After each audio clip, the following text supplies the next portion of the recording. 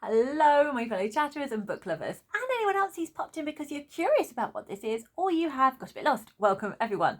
I'm Chatty. Welcome to my channel, Chatty's Mad Chatter, and I'm going to be chatting away madly about everything I have read in September. If you have any thoughts on any of these books I'm discussing and you want to chat about them, get chatty in the comments because I love a chat.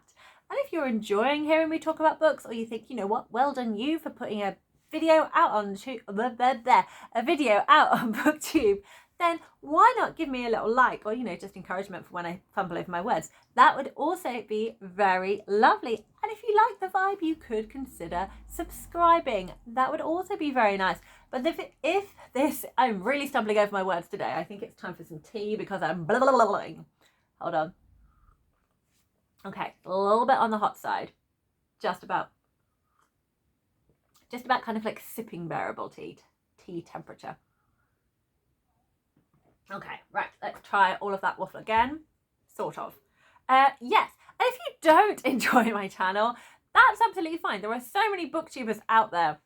You can find one who has your kind of taste in reading that you're looking for and has your way of kind of viewing and has a personality that you are looking for.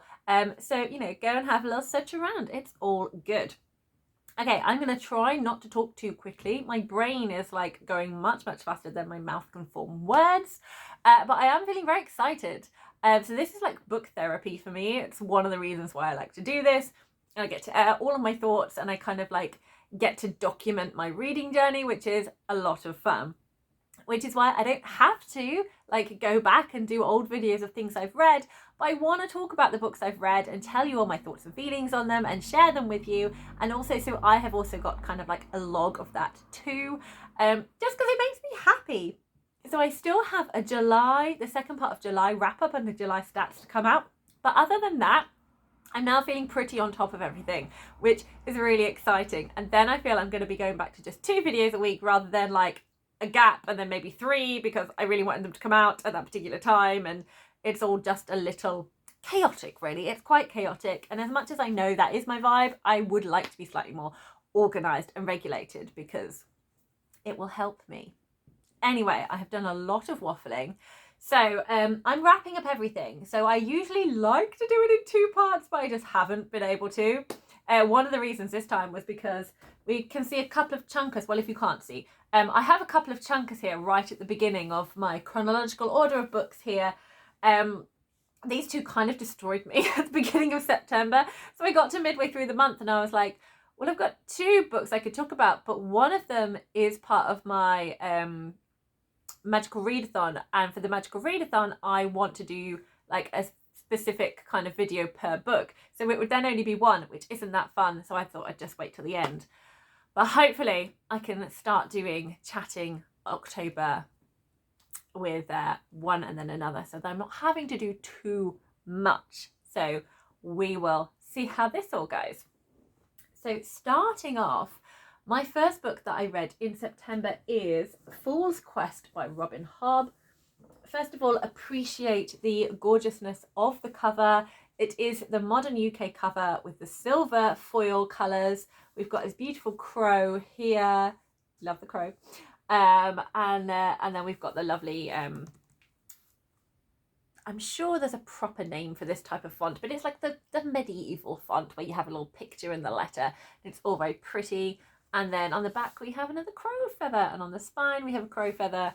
I just really enjoy it. And the end pages, we've got like snowy oak leaf and acorn. So this again was really fun to read in sort of cold autumn wintry season. I am slowly and nearly there reading the entire run with the Elderlings, which is a 16-book series by Robin Hobb. It's epic fantasy. It's a slow burn saga as well about our main character Fitz, and we are on the final part of the journey. So I have been doing the Hob Along, hosted by Anitha from Anitha Garde, and having amazing chats in the comments with everyone about all of this. I was lucky enough to be part of the live show, which was a huge amount of fun, where we got to really talk about everything we felt about this book. So I will link that here if you want to know all of that. If you have not read this, please don't watch it. It's spoilers right from the get-go. In fact, I kind of go straight in with the spoiler before we'd established we were doing spoilers, so sorry about that. But if you have not come across The Realm of the Eldlings, the first book is Assassin's Apprentice. That's a lot smaller, so that's quite a nice way in. And if you like a slow burn, if you fall in love with Fitz, you're going to have an amazing time. You're going to have just the best time. But if you don't, it might not be for you. It's very much for me. I love these series. And I have got a video where I really go into this book and talk about what I enjoyed, about the plot and the characters. And it is basically more of a gush. I just have a great time. And so I just talk about my emotions and reactions to this book and what I felt about them.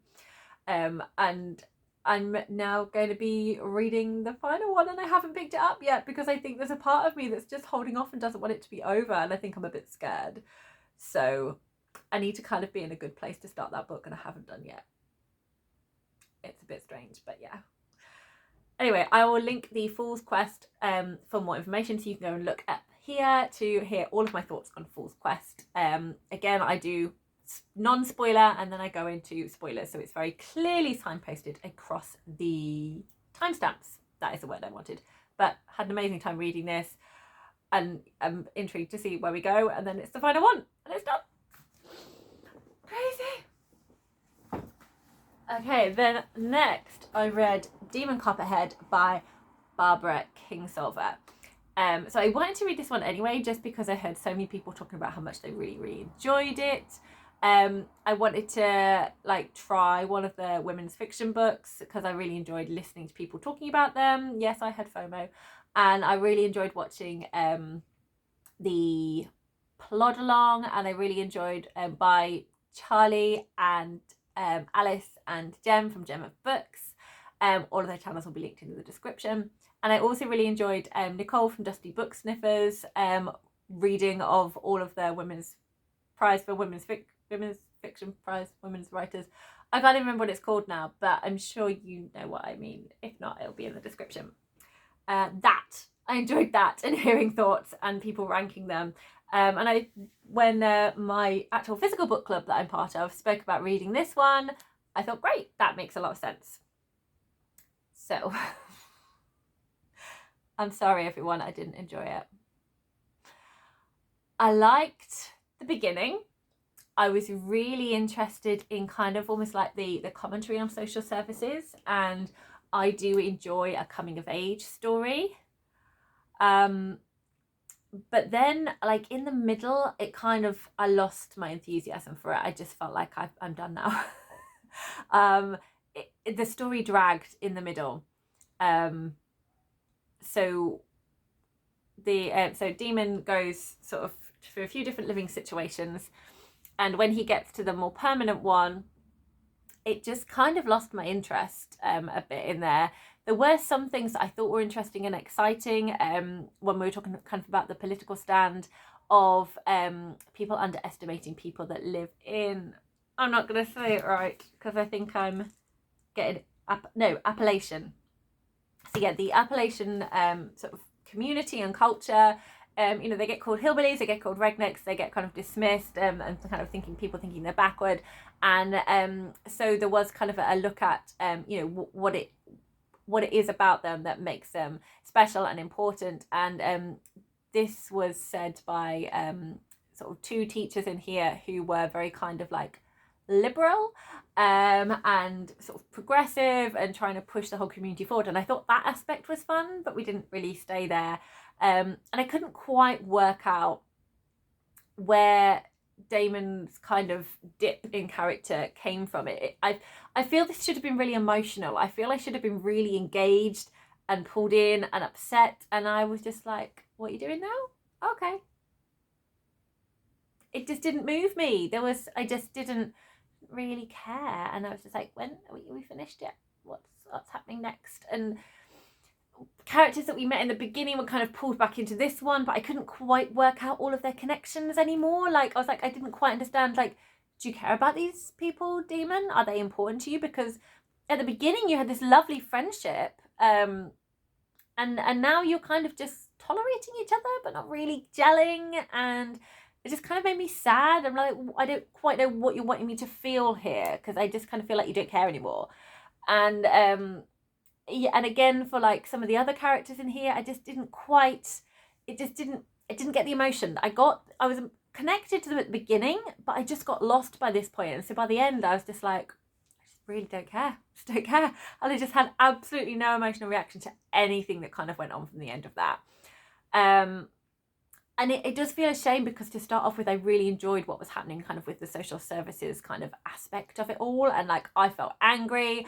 I felt so indignant. I felt really, I just wanted to grab people and go like, this is not okay. This is terrible.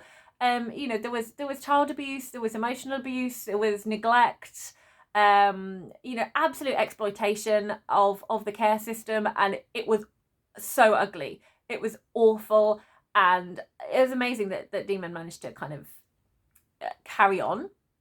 And it was just very upsetting. And there was some also really interesting moments of, there's this really lovely family that was like next door to Demon that kind of grew up with him, and just like the situations that they went through and the kind of horror that they had to deal with. And just, you know, they couldn't really adopt one more kind of like broken little bird in their little family. They had so many other things they were going on. It was just too much for them. And although it hurt and it hurt them, you could see the child's eyes of like, what's the word? Rejection. And the adult one of like, really can't physically do it, or we're all going to crash and burn. And I thought that was a really nice, like just grey area of exploring everyone's different emotions. But it just didn't stay there. It then just kind of got lost in different areas. And I don't really feel the kind of the narcotics aspect of it was really explored that much. It was kind of like just people using it. It would just kind of touch the surface. It didn't like go into it. And I think if it had gone into it, it would have been more engaging. But I think it was more like, these are the settings for the difficulties that Demon have at different points of his life. But I don't think Barbara Kingsolver had a huge amount that she kind of wanted to say about them, or wanted to like really end on. It's like we started diving in, and then it's like, and now we're just going to leave it and disappear because it's no longer relevant. Whereas it still felt relevant to me. And also just like, it didn't quite feel we'd fully explored the relationship between Demon and his paternal grandma and that side of the family. Like, that felt a little off as well. Like, we never kind of got more full circle on that. And I did at the end go and look at the synopsis of and the characters of David Copperfield to kind of see how closely she had linked it. And she had linked it so closely. It was like beat for beat character. So I think in terms of, if you're somebody who's read David Copperfield and like enjoyed that and like really want to see it pulled in a modern setting, then maybe you'd get more enjoyment from this. But I felt that having that story frame of where Demon had to go next, it's almost like it's like it trapped her writing. She was fenced in and wasn't free to kind of maybe take the book in places that she could have taken it. We were just kind of stuck because we had to follow the David Copperfield plot rather than the Demon Copperhead plot, and what we could have looked at and what we could have explored and what could have happened at the end. So I felt frustrated that it was too long and it just didn't live up to kind of the hype for me, and it didn't explore the themes that I wanted it to explore as much. And I lost engagement in the characters. I loved the beginning. The beginning was amazing. There was a lot of tension, there was a lot of emotion, and then the middle just lost me. So I'm sorry, Demon Copperhead fans. It just, I get you. I'm with you at the beginning, but the middle and the end lost me, and I just couldn't maintain. So yes, disappointed. Obviously, well written. She's a fantastic writer. She's made a complete novel. But I think I just wanted more and went in with just big expectations. I think that's kind of what happened with this one. Okay, so that book burnt me out. I had all the kind of the emotion of like Fitz and like dealing with everything that happened in Fool's Quest, to then going into all of the emotions of Demon Copperhead, and then just like feeling the story drag and just so it just felt very ploddy. And I basically kind of got back from the book group and just went, I just feel exhausted, but I want to read, but I don't know what to read, because all of the books I've kind of got lined up in September that I wanted to start exploring, they all feel really heavy too. You know, I don't want to go into Thunderhead and read a dystopia. I'm not really ready to kind of like go into like an epic, detailed historical fiction with Mary Stuart. I don't really feel like I want to be starting to just pick up anything where it's going to like test my emotions again, like Queenie. I just need like something light, something comforting. And I looked around and I saw my Pratchett books and I thought, yes. I felt so freed by my August TBR. The Magical Readathon pulled out a book that just wasn't on my radar to pick up. And that was one of Terry Pratchett's books, Making Money. And it's the second book in a trilogy. And I was just like, you know what? I'm just going to just read it because it's a reread. So I can just absolutely just pick it out and read it. It wasn't on any of my like goals or plans or anything. And I just picked it up and it just felt such a relief. And so looking around, feeling very slumpy and very like burnt out by reading, I saw my witches books. And I was like, do you know what?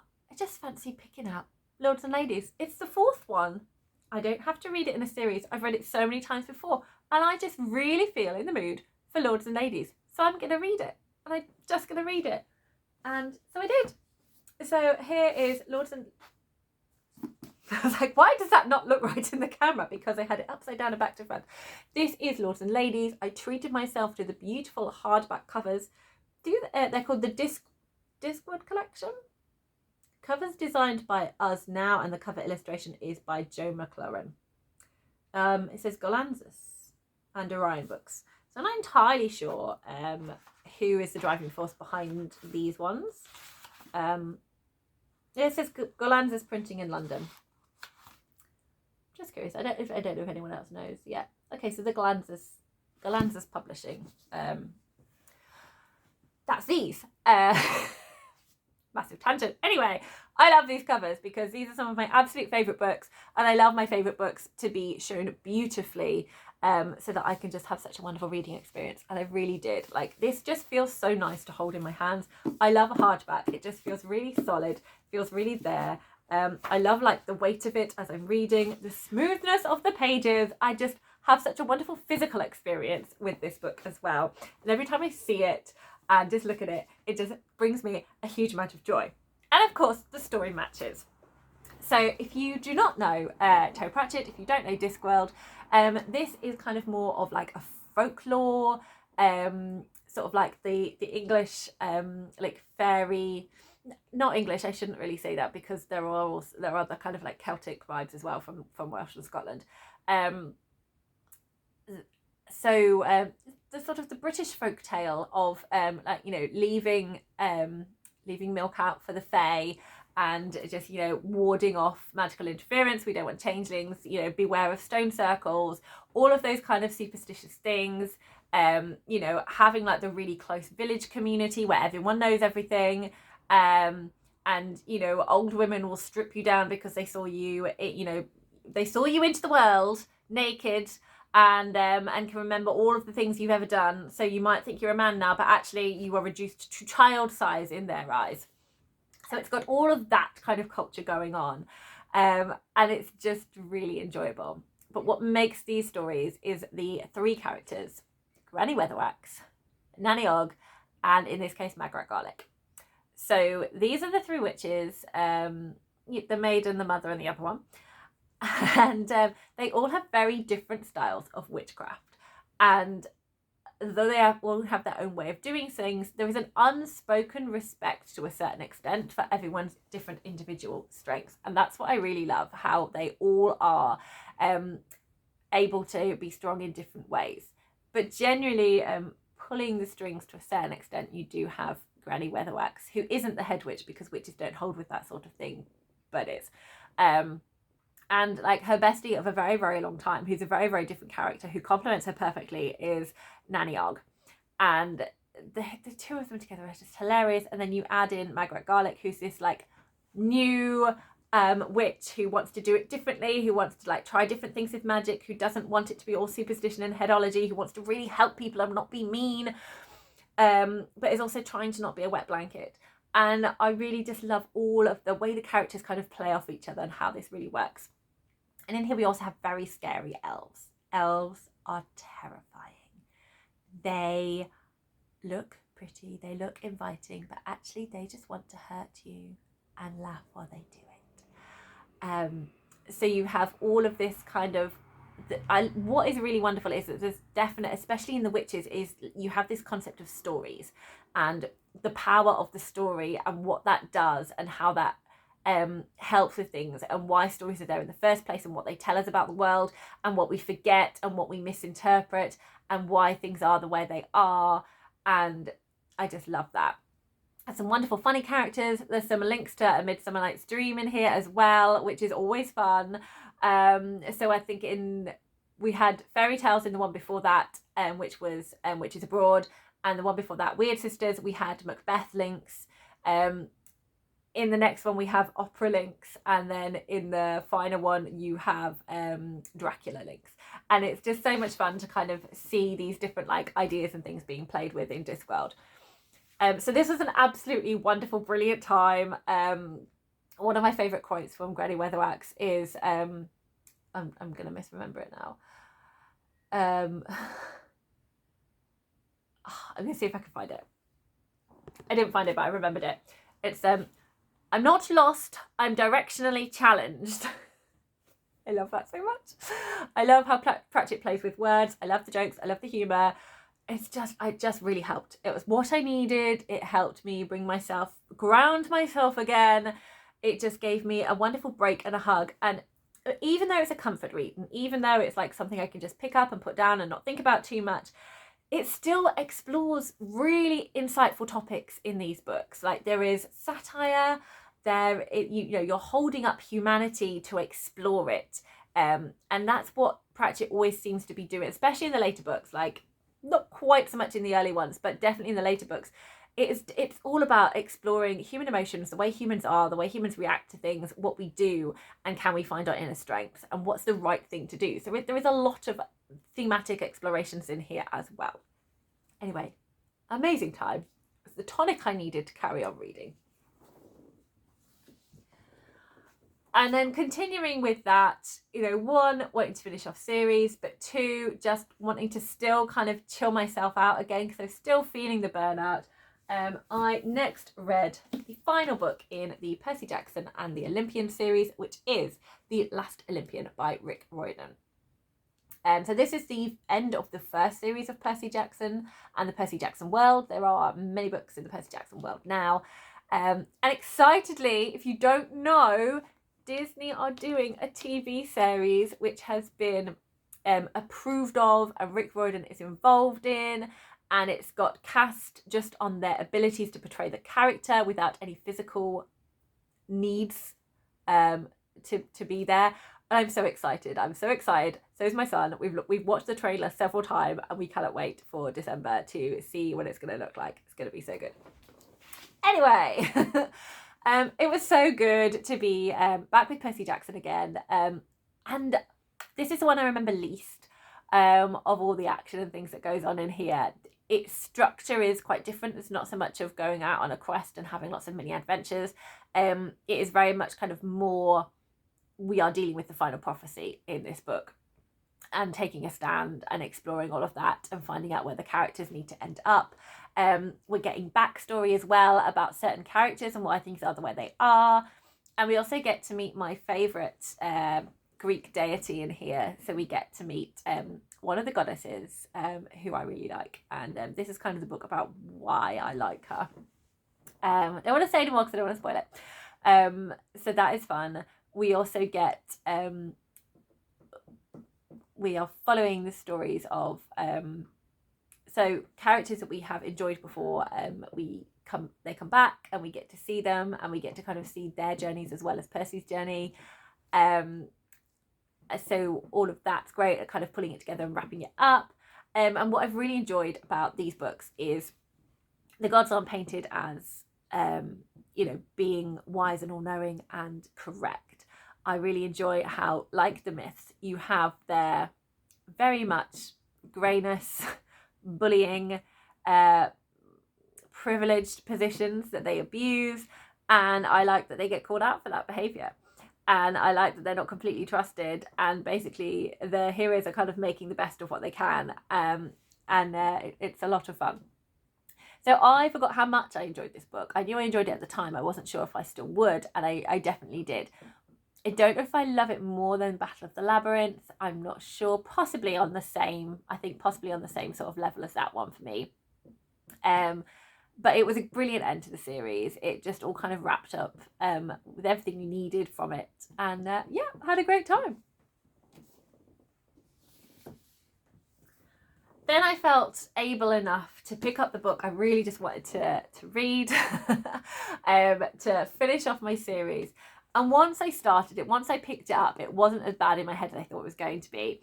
And I did have a very enjoyable time with it. I wanted to know kind of what Mary Stuart did with The Last Enchantment, which is the final book in the Merlin trilogy. The first book being The Crystal Cave, second book being The Hollow Hills. And it follows the character of Merlin in the Arthurian legend.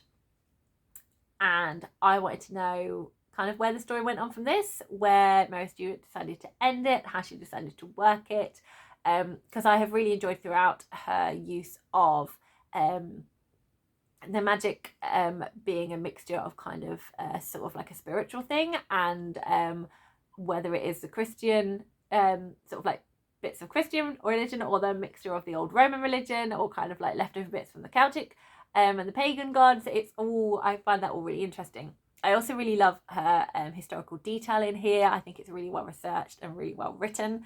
But I just I knew it was quite thick.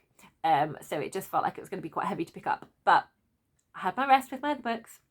And once I started reading it, it was very easy to read. Because I was intrigued as to where they were going. I'd say there were different points in here that I kind of lulled. So I did do a little bit of tabbing it out.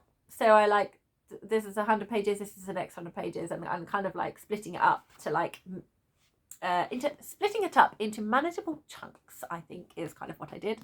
Thank you, BBC Bite Size, for that quotation. So yeah, I have got a review of The Last Enchantment and all my thoughts and explorations on that, because it is, again, one of the books that I needed to read for the Magical Readathon left over from August. So I will link the video here. So if you want to see my full thoughts on The Last Enchantment, you can have a look at that. I did enjoy it. I felt it finished off the saga nicely. I enjoyed how she interpreted the mythology and the legend. Pardon me, but I don't think it's going to be one that I'm going to be reading again. I'm glad I've read it. I'm happy to have had that story, but I don't think it's going to be like an all-time favourite I keep returning to.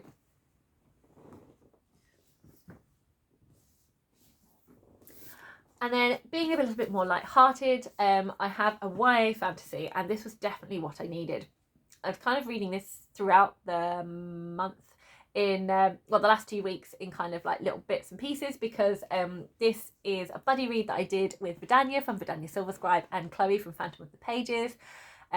This is City of Nightmares by Rebecca Schaffer, and it is a YA fantasy and inspired by Gotham, inspired by the concept of what if you had to live in a city that was constantly a danger, a really dangerous place. How would you survive? How would you cope? What would you be like? So it's very kind of a different setting, and so yeah, definitely an urban fantasy setting, and kind of a different feel and exploration to some of the other YA books that we have been reading. So what I love about YA is I love that it's really fast paced and you start the story and you just keep going. And that's definitely what I needed after kind of a lot of heavier, more epic books. So this was a good kind of palette cleanser as well. It's a very beautiful cover. I love the pink with the pterodactyl flying over there and the pterodactyl on the sprayed edges. So this was a really fun concept, the magic system in here. First of all, our protagonist is a coward, and it's not just someone saying they're cowardly and then becoming brave. She literally is a coward, in here. She runs. She runs and hides, and there is a lot of trauma that's dealt with in here, and a lot of grief that is dealt with in here. That she's struggled from her early life. She was an orphan, she lost her family, and she's basically clinging on to the only space that she feels safe. We have a wonderful friendship in here with another character called Priya, who is sort of the opposite, and she wants to become a nightmare hunter. So in this world, the water is like contaminated, so that if you go to sleep and you dream, you become your nightmare. So for some people that's turning into a horrible monster. For other people it could be like a disease. For other people it can be like physical features, or it's something that the deepest kind of fear at the back of your mind is kind of pulled forward and you're kind of pulled into that. So some nightmares are incredibly dangerous and need to be taken out. There is like a drug that's put in the water to stop you dreaming, or there's like medication you need to be taking to make sure you stop dreaming so they don't have nightmares outcropping all the time. So it's a really interesting like world and lore and things in there. They've got several different legends of different monsters, like for example vampires, where you could be a type A depending on which legend it is that you feared, particularly about that type of vampire. So it's really fascinating. I really enjoyed our main character. She was very much like, I just want to survive. This is my motivation, this is my goal. I just want to feel safe. That's all I'm focusing on here. But also having a really like fun, well, to a certain extent fun time, but like just a lovely kind of relationship, a realistic chat with her friend Priya. And then she is in a situation that kind of changes everything, and she's in a dangerous situation and kind of needs to face a few things and ally herself with people she probably wouldn't.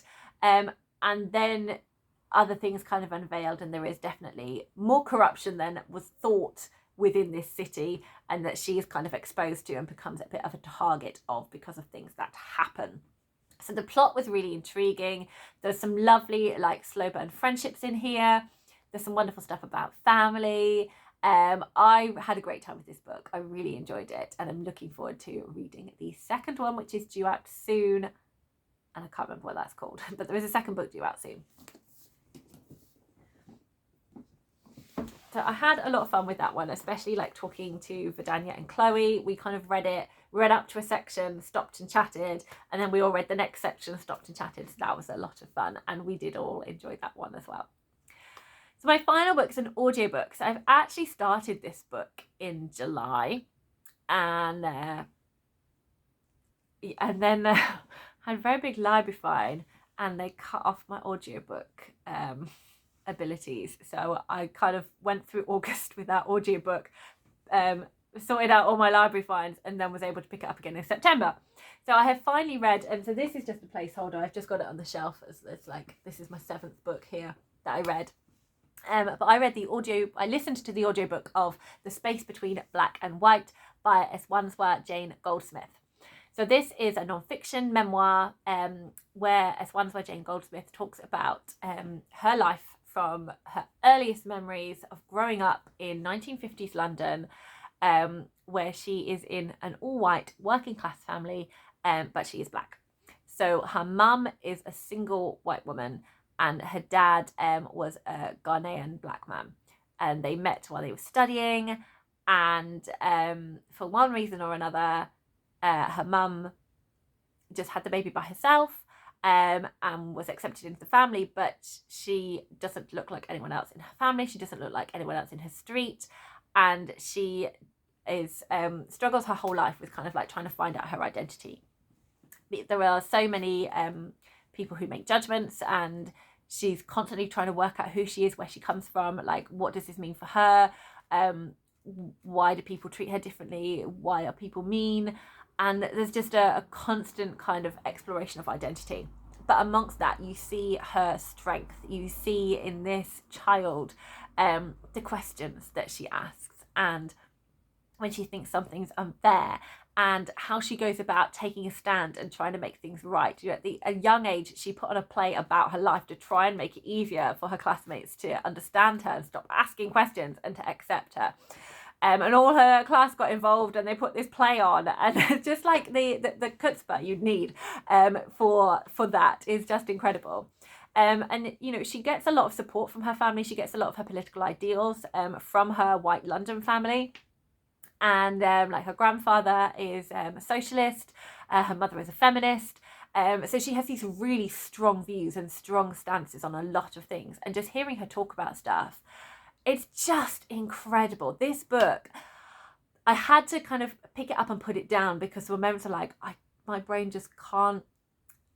can't take everything in right now, and I need to. And there were also moments when I was like, I need to stop and process everything I've just heard and just deal with it. There were moments I felt so angry on her behalf, as a woman, as someone who was mixed race, as someone who was trying to just deal with stuff and just talk to people about, you know, just trying to make her place in the world and stop being, just the way some people spoke to her was just awful.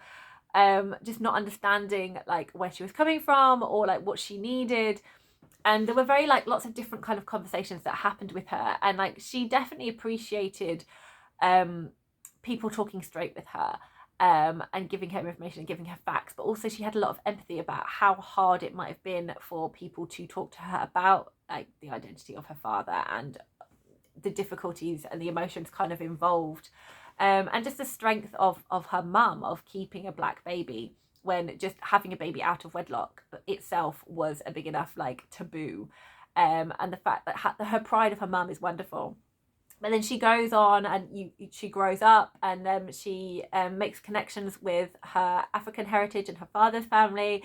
And I got so emotional at all of those things. It was just so beautiful just to see the completeness it gave, like just the acceptance and the love and just the pulling of these two parts of her life together and the families, but also the other aspects of her life, you know, how she's been such a fighter for women's rights and such a fighter for black rights, but also like acknowledging that there needs to be a space for people of all different identities and all experiences to feel, to understand what it's like, and you know, looking at, so there's a brief kind of look at colorism, but also looking at as being not black enough or not white enough, or you know, not enough, and this constant kind of having to explain who she is again and again and again, and people's misconceptions, like she's got a Jewish surname and so she is often mistaken for being Jewish.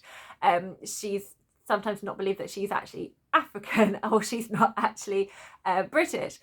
So there's so many different things, and just hearing her life, like everything that she's done and just the courage it has taken to, she's gone to so many different places, explored so many different parts of the world, and just her joy of life. She has such an amazing like wonder of embracing what other cultures, what other countries can give, and the joy, and just seeing how people are in their different places, but just such a welcome of everyone as well, and pulling things together.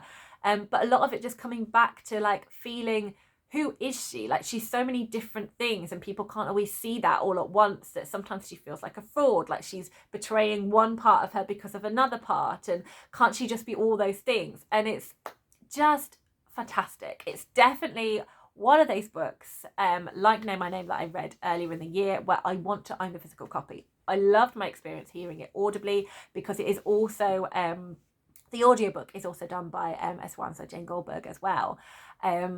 So it's amazing just hearing her voice telling her story, which I absolutely loved. But I also want a physical copy of it because I want to kind of refer back to it.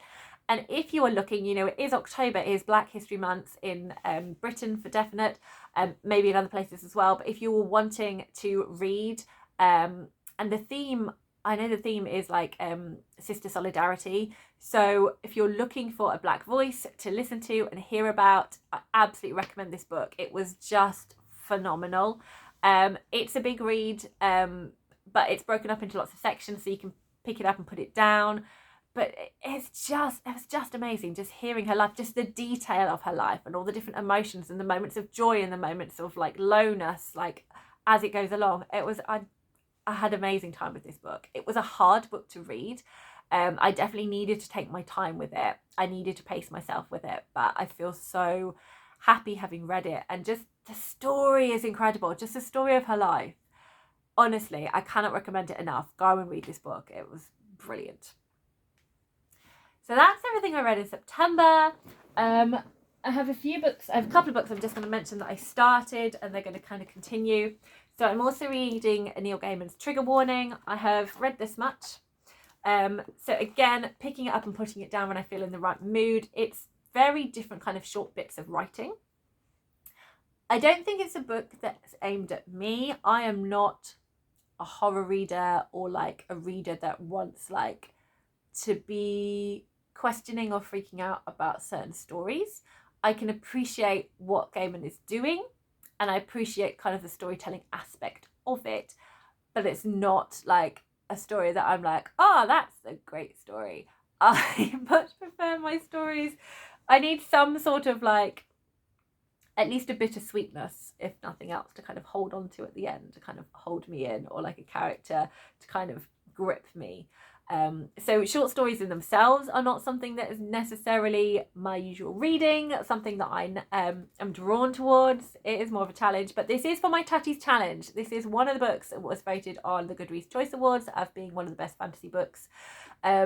So I'm doing that. Again, I always say it, but there will be a video coming. Like, I'm nearly caught up to date with my general stuff. I feel ready that I'm gonna like start making this Chatties Challenge videos. They will happen. And the other book was Bloodmarked. So I read about 200 pages, I think, of this. Yeah, around 200 pages. I kind of whizzed through the first 200 pages of this. But then we hit October and then I kind of, my reading pace slowed down a little bit. I was doing a lot of other things and getting really tired and I couldn't actually keep reading in my bed. It then slowed down a lot. So I started Bloodmarked and I will let you know more about it when I do my October wrap-ups. So that is everything I read in September. Like I said, if you have any thoughts and opinions, please get chatty in the comments because I love it. And let me know what you have been reading over September. What was your favourite read? Have you got anything to recommend as we enter into spooky season or anything kind of like with autumn vibes? That's always fun as well. Happy reading, everyone.